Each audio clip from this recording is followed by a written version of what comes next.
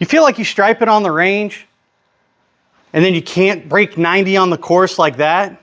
I'm gonna be brutally honest with you. It's not your golf swing, it's your practice, and it's lying to you. Let me help you transform your practice session so that you can actually take it to the golf course and lower your scores. Hi, I'm TyKoon, PGA certified instructor, and taught thousands of golfers improve their golf games and have a lot more fun. I've developed this easy to adapt 30-minute practice routine that helps golfers get the most out of their practice when they don't have a lot of time to do it. You see, most golfers don't know how to focus their practice and even know what to practice to be able to take it to the golf course. They don't know how far their shots go. Part of that's because driving range golf balls are not the greatest quality. They also don't know what their shot pattern is, so they don't know how to select targets, let alone selecting targets at all. You can't just walk up to a driving range and aimlessly start hitting balls trying to feel what it is you're trying to do. You need to focus your practice session. Today, I am trying to eliminate my overdraw. My golf balls usually start to the right, draw too far to the left. That also makes them fly a little bit lower and I can't stop the ball. So today, my practice is gonna be to push the ball to the right, create a draw that doesn't cross, and hit the ball a lot higher. And then we're gonna look at the results after to see if I accomplished my goals. There are two types of practice that golf coaches and psychologists typically agree on: block and variable. Block practice is doing the same thing over and over, trying to make sure that you can't forget what you're trying to do. Variable is much like practicing what you would see on the golf course. Hit a shot, change clubs, hit a shot, change clubs. That to me, if you look at other sports, is a lot like scrimmaging for an entire practice. Therefore, I don't like the terms block practice and variable practice, and I don't agree with what they teach. Instead, I use mechanical-based and performance-based. Mechanical-based practice is when you're on a practice tee, making swings, trying to change your mechanics or movement pattern. We use alignment aids, we use sticks to create objects for you to swing around that actually change your ball flight and your motion. And then we have performance-based, where instead of playing individual holes on the driving range with nothing out there that actually simulates it, people's imaginations are hard enough. I typically don't hit more than 5 to 8 golf balls with any one club. And I really pay attention to what the ball flight is doing so that I can actually track my shot patterns. And this helps simulate pressure that you would feel on a golf course so that you can pull it off more often. This is very similar to what basketball players and shooters do when they're practicing before a game. Golf is no different, and I believe we need to train that. So I like to create streaks within my practice, and it's if one day I make 5 in a row, the next time I practice, I want to make 6 or more. So as you approach that streak threshold of 5 or 6, you start feeling the pressure, so you actually learn how to handle it, and you can score a lot better. Phase 1 lasts 5 minutes. What I like to do in 5 minutes is I like to make a lot of practice swings without a golf ball. I'm doing this in slow motion. If for some reason you're really busy, but you know that you need to practice your golf game, grab a golf club and just do this. If you can't hit golf balls, just understanding how to control your movements and do what your coach is telling you is the most beneficial thing you can do. It is the most important part of your practice. So for me, I'm trying to eliminate my overdraw. So I'm gonna use my wide golf plate and my alignment stick. I'm gonna set it up 60 degrees. Now, one of the reasons why I have a tendency to hit the ball a little bit lower and not start the ball to the right and keep it from drawing is because I don't create a lot of depth in my backswing. And I actually start folding my arms and getting my club actually on too steep of a swing path. And I have a tendency to play with more of a shut club face. So I'm trying to create a little bit more depth and get the face a little bit more open to my shaft, and the Y golf plate is going to help me do that. So I like to set this up and not hit a golf ball. And for 5 minutes, we're just gonna swing the club underneath, slow motion, check positions. We're gonna brush the ground and simulate like we're hitting a golf ball. But I am doing constant drills with feedback, and I'm not hitting golf balls. Now I'm in tune with my process, not my result. Too many people will make contact with the ball, don't even look at it, and think, oh, that sucked, grab another one, rip it. There was no thought. They're all about just hit as many balls as humanly possible and hope something sticks. You have to focus your practice. So for 5 minutes, we're doing drills, swinging under the noodle. I'm focused on getting the face more open to the shaft. As I come down, I'm paying attention for where the face is. And in the follow through, I'm controlling where the face gets. As you can see from me doing this video, for 5 minutes, this is all I did. I stood up, I stretched, I made lots of swings just trying to feel everything that I was trying to do.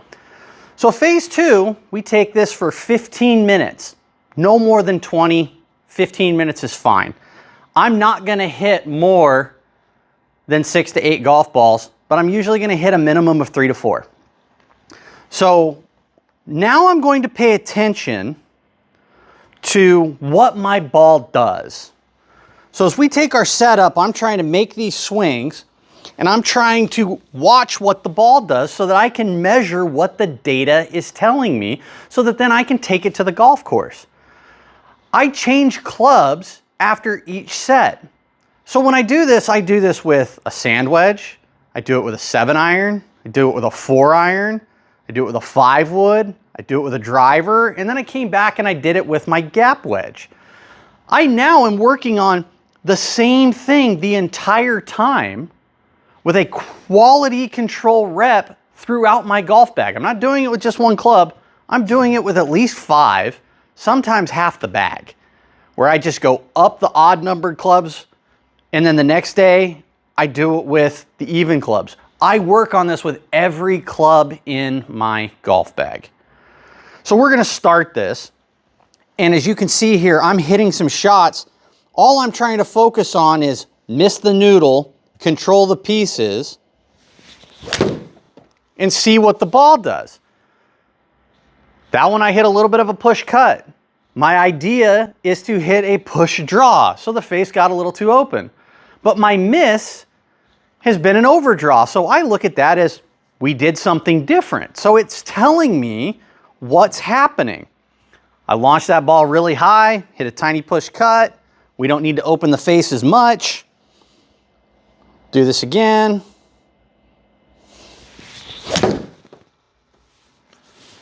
That's a lot better. I got the face more closed. Ball started right and drew. Now I've hit 2 golf balls. I don't ever hit more than 2 golf balls at a time without stepping back, making practice swings behind the golf ball, picking a target and walking into the shot. This simulates my pre-shot routine. So I set a golf ball up and I walk back behind it. From here, I stand behind it, I pick my target out, and I walk in and practice what I want to hit. Pick my target, waggle at least once, and go. Almost the exact same shot, hit it a little bit more solid. Push draw, not crossing the line. I did that in practice going through my pre-shot routine. I did it once, awesome. Most people say, oh, I got this, I'm good. Do that over and over, so that when you have to step up that way, you're already prepared and you know that you're gonna hit your shot the way you want it to. Phase 3 is my streak breaker. This is my performance. This is how I simulate pressure on the golf course, so that when I go play, being a competitive golfer, I need to know that I can hit that shot under pressure as many times as I can, so that I can put up good golf scores. We're now gonna simulate this where that shot that I hit, I'm gonna try to hit it as many times as I can in 5 to 10 minutes. That's it. select one club. Today, we're gonna make as many of these as we can, and we're gonna count how many in a row we do them. For any golfer, if you hit 2 in a row that day, awesome. There's your baseline. The next time you practice, you're trying to get 3.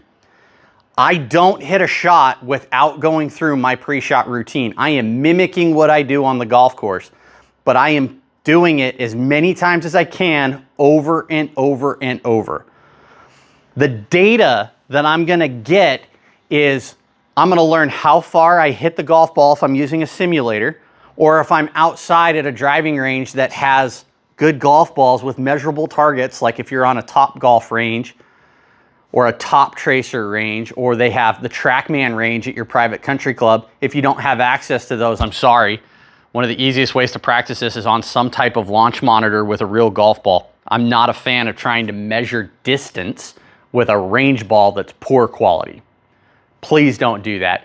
You can start tracking direction, and you can visually look out and be like, that is 5 yards left, that is 10 yards right. Those are things you have to factor in. The flag stick that you're hitting to on the golf course, most of those are 7 to 8 feet tall.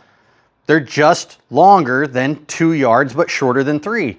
Well, if I can, in my brain, look out, look at the flag stick and lay it down to where my golf ball was, I can start factoring in how many yards right or left my ball went, so I can start tracking my shot pattern data. Now, pulling up my data here on my Foresight FSX Play software, scroll down to my 7-iron that I hit, you can see through these 11 shots with my 7-iron, side angle is one of the things I wanted to do. I was really trying to make sure that every one of my golf balls started right of target.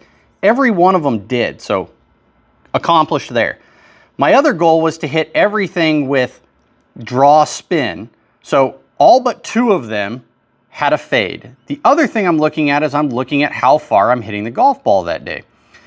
Offline is my other thing. This is where people need to spend the most time working on their golf games, is understanding how far left and how far right their golf balls sit. So measured in feet, my furthest right was 45 feet to the right. That's 15 yards. My furthest left was 16 feet left. That's roughly 5 yards left.